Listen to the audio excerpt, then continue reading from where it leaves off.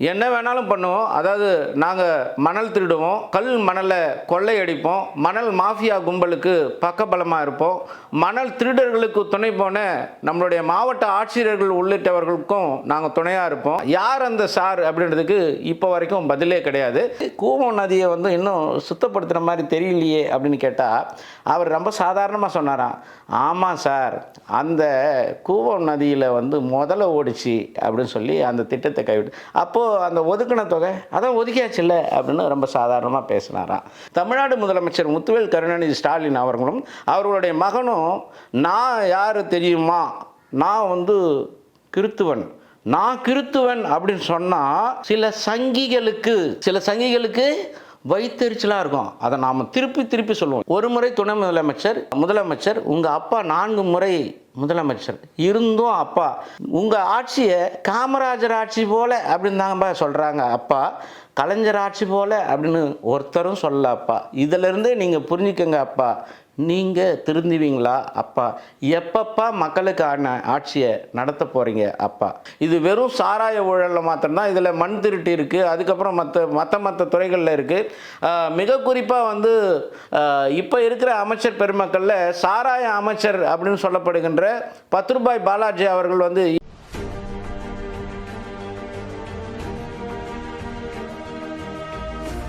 உலகெங்கிலும் இருக்கின்ற மேட்பாக்ஸ் நேயர்களுக்கு வணக்கமும் வாழ்த்துக்களும். ஒரு நீண்ட இடைவெளிக்கு பிறகு திரும்பவும் மேட்பாக்ஸில் சந்திக்கிறதுல மட்டில்லா மகிழ்ச்சி, பேரானந்தம். உள்ளபடியே வந்து என்ன தான் கூவி காத்தினாலும் இவங்க திருந்த மாட்டாங்க அப்படின்ற மனநிலையில் தான் நாம் தள்ளப்பட்டிருக்கோம். அதோட பின்வினை தான் வந்து இவ்வளோ நல்லா உங்களை சந்திக்கிறதுல சுணக்கம், தயக்கம்.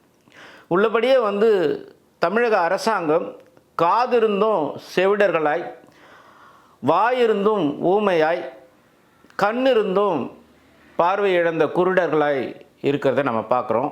ஆட்சியாளர்கள் அப்படின்றவர்கள் அதிகார திமிரோடு, செருக்கோடு, தைரியத்தோடு, தில்லோடு மக்களை சந்திக்கவும், மக்களுடைய ஆட்சியும் மக்களுக்கான நலனை செயல்படுத்துபவர்களாகவும் இருக்கணும்.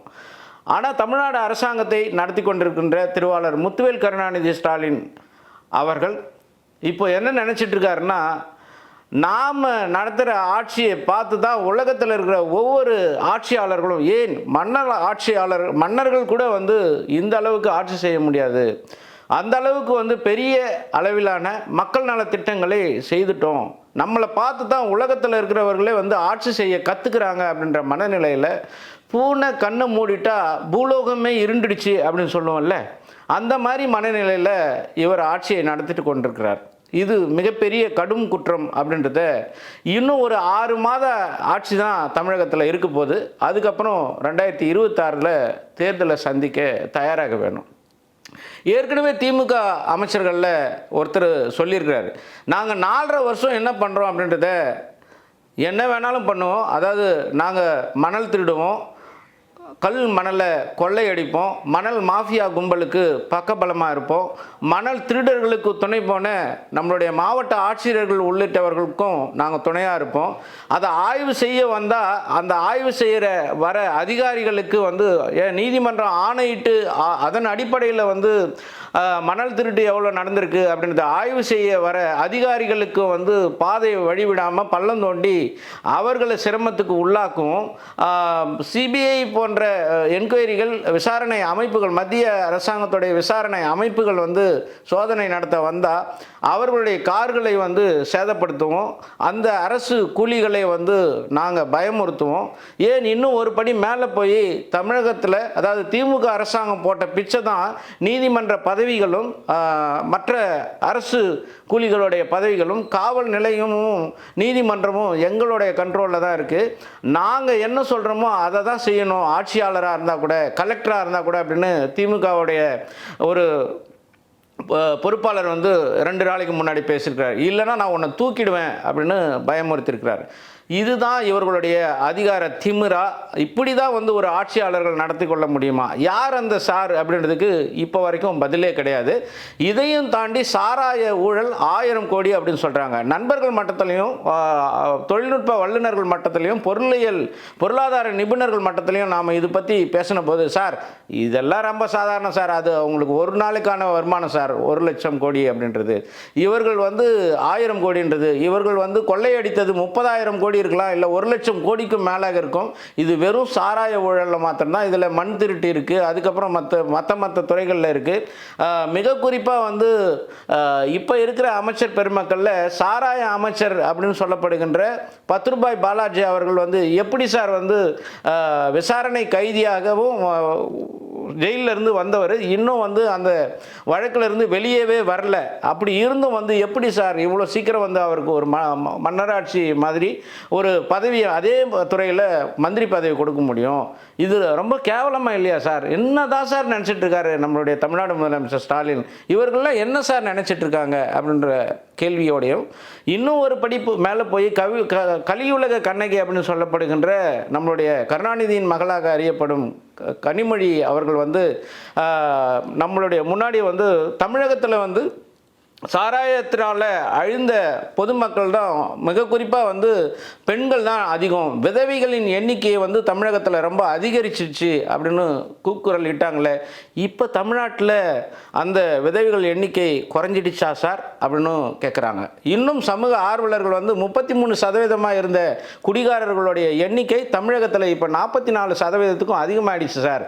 சத்தியமாக 2026 தேர்தல் வந்துச்சுன்னா திரும்பவும் திமுக தான் சார் வரும் அப்படின்னு பலரும் சொல்கிறத நம்ம பார்க்குறோம். உள்ளபடியே வந்து ஒரு பொதுமக்களை கெடுக்கணும், இல்லை ஒரு இனத்தை அழிக்கணும்னா ஒன்று படிக்க வைக்கக்கூடாது, ரெண்டாவது குடிக்க வச்சா ரொம்ப சாதாரணமாக அவங்கள கெடுத்துடலாம் அப்படின்னு இந்த ஆட்சியாளர்கள் நினைக்கிறாங்க. இதை தாண்டி வந்து இந்த மும்மொழி கொள்கை அப்படின்ற ஒன்று இப்போது சமீபத்தில் தமிழ்நாடு அரசாங்கம், அதாவது முத்துவேல் கருணாநிதி ஸ்டாலின் அவர்கள் எடுத்துகிட்டு இருக்காங்க. எப்போல்லாம் வந்து இவர்களுடைய இயலாமை, எப்போல்லாம் வந்து இவர்கள் பண்ண குற்றங்களை வந்து மழுங்கடிக்க செய்யணுமோ அப்போல்லாம் வந்து மும்மொழி கொள்கை அப்படின்றத தமிழ்நாடு அரசாங்கம், மிக குறிப்பாக கருணாநிதி போன்றவர்களுடைய ஆட்சியின் போது கூட இந்த மாதிரி மொழி பிரச்சனையை எடுத்திருக்காங்க.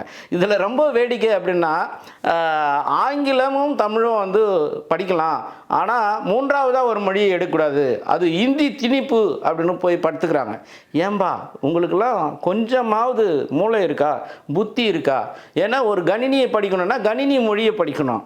அதே மாதிரி வந்து நீங்கள் தமிழ் அப்படின்றது நம்மளுடைய மொழி, தாய்மொழி, உங்களுடைய மொழி தமிழ் தானா அப்படின்னு பலரும் கேள்வி எழுப்புறாங்க. அதுக்கு பதில் யாருக்கிட்டையும் கிடையாது.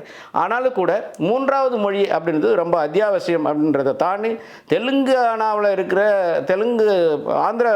ஆந்திராவை சார்ந்த சந்திரபாபு நாயுடு அவர்கள் வந்து உங்கள் உறவுக்காரர், உங்களுடைய நண்பர், அவரே சொல்லியிருக்கிறாரு, 2 மொழி இல்லைங்க 20 மொழி கூட படிக்கலாம், படிக்கிறது அவங்களுடைய உரிமைன்னு. எங்கள் மொழியை நாங்கள் எத்தனை மொழி படிக்கணும் அப்படின்னு தடுக்கிறதுக்கு நீங்கள் யார் அப்படின்னு கேள்வி கேட்டால் உங்களுடைய பதில் என்ன சார் ஸ்டாலின் அவர்களே அப்படின்ற கேள்வியும் நம்ம முன்வைக்க வேண்டியிருக்கு. ஆனால் மிக குறிப்பாக வந்து தமிழகத்தில் மும்மொழி கொள்கை அப்படின்றத, 2 மொழி கொள்கை அப்படின்றத ஆளுங்கட்சியும் எதிர்கட்சியும், அதாவது திமுக அதிமுக போன்ற கட்சிகள் வந்து ஆதரவு தெரிவித்தா கூட மூன்றாவது மொழி ஏன் படிக்கக்கூடாது அப்படின்னு சொல்கிறாங்கன்னா, நாமெல்லாம் ஹிந்தி படிச்சிட்டோம்னா டெல்லியில் இவங்க போடுற அடிக்கிற கூத்து, இல்லை இவங்க வாங்குகிற அடியை நாம் சாதாரணமாக புரிஞ்சுப்போம் அப்படின்ற பயம் இவங்களுக்கு அப்படின்னு நான் நினைக்கிறேன். ஏன்னா டெல்லியில் பாராளுமன்றத்தில் பெரும்பாலானவர்கள் வந்து பேசுகின்ற மொழி அப்படின்னு பார்த்திங்கன்னா ஹிந்தி தான். இந்தியை நாம் கற்றுக்கிட்டோம்னா, ஏன்னா இன்றைக்கி தமிழ்லேயே வந்து நிர்மலா சீதாராமன் அவர்கள் வந்து பேசுகிற போது பார்ப்போம், எங்கெங்க ஓடுறீங்க, கொஞ்சம் நில்லுங்க, உங்கள் கேள்விக்கு தாங்க நான் பதில் சொல்கிறேன், கேள்வி கேட்டு ஓடுறீங்க, கொஞ்சம் நில்லுங்க, தைரியமாக கேளுங்க, நான் பதில் சொல்கிறேன், பதிலை கேட்டுட்டு போங்க அப்படின்னு அவங்க பேசுகிற பேச்செல்லாம் நீங்கள் பார்த்துருப்பீங்க. உள்ளபடியே வந்து தமிழ்நாட்டை ஆட்சி செய்கின்றவர்களுடைய நிலை தான் என்ன, இவர்களுடைய போக்கு தான் என்ன, இவர்கள் என்ன நினப்பில் தான் ஆட்சி செய்கிறாங்க அப்படின்ற ஒரு கேள்வியை நம்ம முன்வைச்சு தான் வேணும். இதையும் தாண்டி இன்றைக்கி தமிழகத்துடைய கடன் தொகை அப்படின்றது 9.5 லட்சம் கோடி. ஆடா பாவீங்களா, இவ்வளோ கடன் வாங்கி என்னையா பண்ணீங்க அப்படின்னு கேட்டால், நாங்கள் நலத்திட்ட உதவிகளை செஞ்சோம் அப்படின்னு சொல்கிறாங்க. என்ன நலத்திட்ட உதவி? சமீபத்தில் வந்து வெள்ளத்தில் அடிச்சுட்டு போச்சு திருவண்ணாமலை செங்கமில் வந்து ஒரு ஆறு, ஆறு மேலே கட்டின அந்த பாலம் கட்டி 6 மாதத்துக்குள்ளே வந்து வெள்ளத்தில் அடிச்சு போச்சு. அதுதான் உங்கள் சாதனையா? சென்னையில் 4000 கோடிக்கு வந்து நாங்கள் திட்டப்பணிகளை மேம்படுத்திட்டோம், 90% முடிச்சிட்டோம் அப்படின்னீங்களே, திரும்பவும் சென்னை வெள்ளத்தில் முழுகுச்சு. அதெல்லாம் எங்கே சார் போச்சு அப்படின்னு நாம் கேள்வி வைக்கிற அதே நேரத்தில் அந்த கேள்வி கேட்டு முடிக்கிறதுக்குள்ளே இன்னொரு அறிவிப்பை வந்து முத்துவேல் ஸ்டாலின் அவர்கள் அறிவிச்சிருக்காங்க. அதாவது வந்து கூவம் நதியை வந்து இவர்கள் வந்து சுத்தப்படுத்த போகிறாங்க. ஏப்பா, உங்கள் அப்பா வந்து அந்த காலத்தில் வந்து நான் கூவம் நதியை சுத்தப்படுத்த போகிறேன் அப்படின்னு சொல்லிட்டு ஏதோ ஒரு தொகையை ஒதுக்கினாராம். அந்த தொகையை ஒதுக்கினதுக்கு அப்புறம் வந்து சட்டமன்றத்தில் வந்து கேள்வி எழுப்புறாங்க. ஏங்க, அந்த தொகையை ஒதுக்கி எவ்வளோ நாளாச்சு, என்னங்க ஆச்சு அந்த காசு? கூவம் நதியை வந்து இன்னும் சுத்தப்படுத்துகிற மாதிரி தெரியலையே அப்படின்னு கேட்டால் அவர் ரொம்ப சாதாரணமாக சொன்னாராம், ஆமாம் சார், அந்த கூவம் நதியில் வந்து முதல்ல ஓடிச்சு அப்படின்னு சொல்லி அந்த திட்டத்தை கைவிட்டு, அப்போது அந்த ஒதுக்கின தொகை அதான் ஒதுக்கியாச்சு இல்லை அப்படின்னு ரொம்ப சாதாரணமாக பேசினாராம். இப்படி தான் வந்து இவர்களுடைய ஆட்சியும் இப்போவும் நடந்துகிட்ருக்கு அப்படின்றது பெரும் கொடுமையாக நம்ம பார்க்குறோம். இதையெல்லாம் தாண்டி வந்து கற்பழிப்பு குற்றவாளிகளுடைய எண்ணிக்கை வந்து ரொம்ப சாதாரணமாக அதிகரிச்சுட்டு வருது. ரொம்ப ரொம்ப ரொம்ப கேவலமான ஒரு நிகழ்வாக நம்ம பார்க்குறோம். அதுவும் தமிழ்நாடு அப்படின்றது, தமிழக அரசியல் வரலாறு அப்படின்றது மாண்புமிக்க வரலாறு. ஐயா காமராஜர் அவர்கள் அலங்கரித்த நாற்காலி. தமிழ்நாடு அப்படின்றது யாரையோ நீ மரக்கொடியோய் அப்படின்னு கேட்ட மன்னனை பார்த்து, தேராமனாடே புத்தி கட்டவனே, என் புருஷன் கல்வன் இல்லைடா நல்லவன் அப்படின்னு சொல்லி கண்ணகி வந்து கார்சில் போய் மூஞ்சிக்கு முன்னாடி, மன்னனோட மூஞ்சிக்கு முன்னாடி அடித்து அவன் வந்து மன்னன் வந்து ஐயோ நான் தப்பாக பொய் சொல்லி தப்பாக வந்து நீதி வழங்கிட்டேன், உன் புருஷனுக்கு வந்து கோவலனை வந்து நான் கொன்னுட்டேன், அது நான் செஞ்ச பாவம் அப்படின்னு சொல்லிட்டு நீதி கேட்டு வந்த சாதாரண ஒரு பெண்மணியோடைய காலில் விழுந்து உயிரை விட்டதும் அவனோட பொண்டாட்டி அதுக்கு மேலே ஐயோ நம்ம வீட்டுக்காரர் வந்து தப்பாக செஞ்சிட்டாரா அப்படின்னு உடனடியாக அவளும் வந்து மன்னனுடைய மனைவி கோப்பெருந்தேவியும் வந்து விழுந்து உயிர் விட்ட பூமி.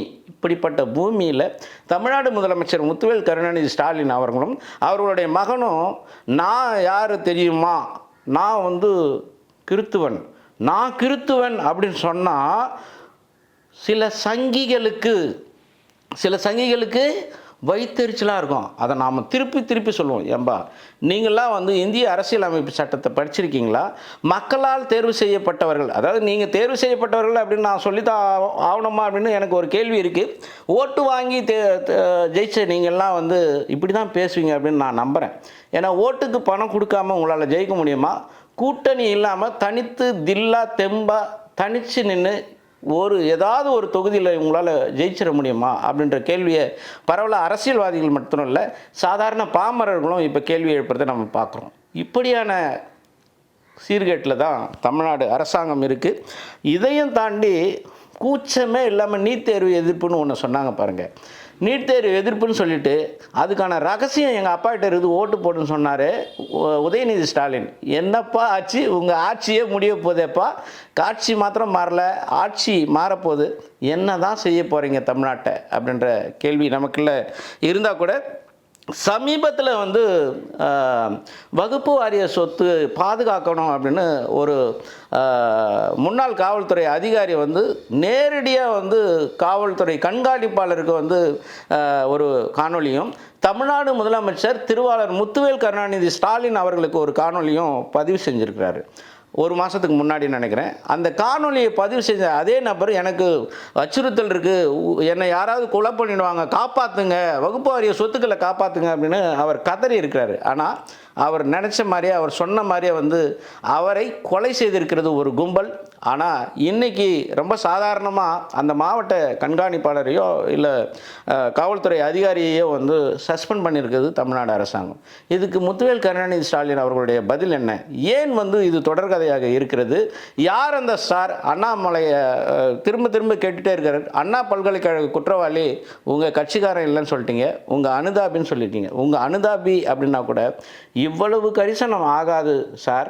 உங்களை அப்பா அப்படின்னு சொல்லி தமிழகம் முழுக்க, ஏன் உலகத்தில் இருக்கிற எல்லாரும் வந்து அப்படியே வந்து பூரிச்சு போய் கூப்பிட்றாங்கன்னு. இவ்வளவு குற்ற செயல்களை செய்கிற உங்களை அப்பான்னு எப்படிப்பா அழைப்பாங்க அப்படின்னு எப்போவாவது நீங்கள் நினச்சிருக்கீங்களாங்க? அப்பா, நீங்கள் நினைக்கிறது எல்லாமே வந்து தப்பாக தான் இருக்குது அப்பா. தயவு செஞ்சு திருந்துங்க அப்பா. இன்னும் 6 மாதம்தான் உங்கள் ஆட்சி இருக்குது அப்பா. முடியுதோ முடியலையோ, தெரியுதோ செய்வீங்களோ செய்ய மாட்டீங்களோ, எதையாவது சொல்லி வைங்க அப்பா. இல்லைனாப்பா உங்கள் ஆட்சி அதோ கதி தான் அப்பா. இறுதி மூச்சு வரைக்கும் திரும்பவும் நீங்கள் ஆட்சிக்கு வர முடியாது அப்பா. உள்ளபடியே வந்து இவ்வளவு குற்ற செயல்களையும் வந்து எப்படி நீங்கள் கூச்சமே இல்லாமல் சொல்கிறீங்க அப்பா? விவசாயிகள் பட்ஜெட்டை போட்டிருக்கீங்க அப்பா. ஆனால் நீங்கள் ஒரு முறை துணை முதலமைச்சர், இப்போ அமைச்சர், முதலமைச்சர், உங்கள் அப்பா 4 முறை முதலமைச்சர் இருந்தும் அப்பா உங்கள் ஆட்சியை காமராஜர் ஆட்சி போல் அப்படின்னு தாங்கப்பா சொல்கிறாங்க அப்பா. கலைஞர் ஆட்சி போல் அப்படின்னு ஒருத்தரும் சொல்லல அப்பா. இதிலிருந்தே நீங்கள் புரிஞ்சுக்கங்க அப்பா. நீங்கள் திருந்துவீங்களா அப்பா? எப்பப்பா மக்களுக்கான ஆட்சியை நடத்த போகிறீங்க அப்பா? இதுதான் வந்து இன்னைக்கு தமிழக மக்களுடைய கூக்குரலாய் போர்க்குரலாய் இருக்குது. ஏன் திமுகவை சார்ந்த கட்சிக்காரர்களுடைய போர்க்குரலாகவும் அழுகுரலாகவும் இன்னும் ஒரு படி மேலே போய் கூட்டணி கட்சியினரின் கொதிப்பாகவும் இருக்குது. இதையெல்லாம் பார்த்து தமிழ்நாடு முதலமைச்சர் முத்துவேல் கருணாநிதி ஸ்டாலின் அவர்கள் தன்னிலை மறந்தவராக இருந்து அந்த நிலையில் இருந்து மேம்பட்டு மக்களாட்சியை மலரச் செய்வாரா? இல்லை, எப்பவும் போல நான் மன்னருக்கெல்லாம் மன்னன், மலரப்போவது எங்கள் ஆட்சி தான் என்ற திமிரோடும் செருக்கோடும் செயல்படுவாரா? இதுதான் மக்கள் முன்னால் இன்று தொக்கி நிற்கிற கேள்வி. காத்திருப்போம் உங்கள் மனசாட்சியாக. களத்தில் விவசாயி ஜெயராமன். வாழ்வது ஒரு முறை, வாழ்த்தட்டும் தலைமுறை. நன்றி, வணக்கம்.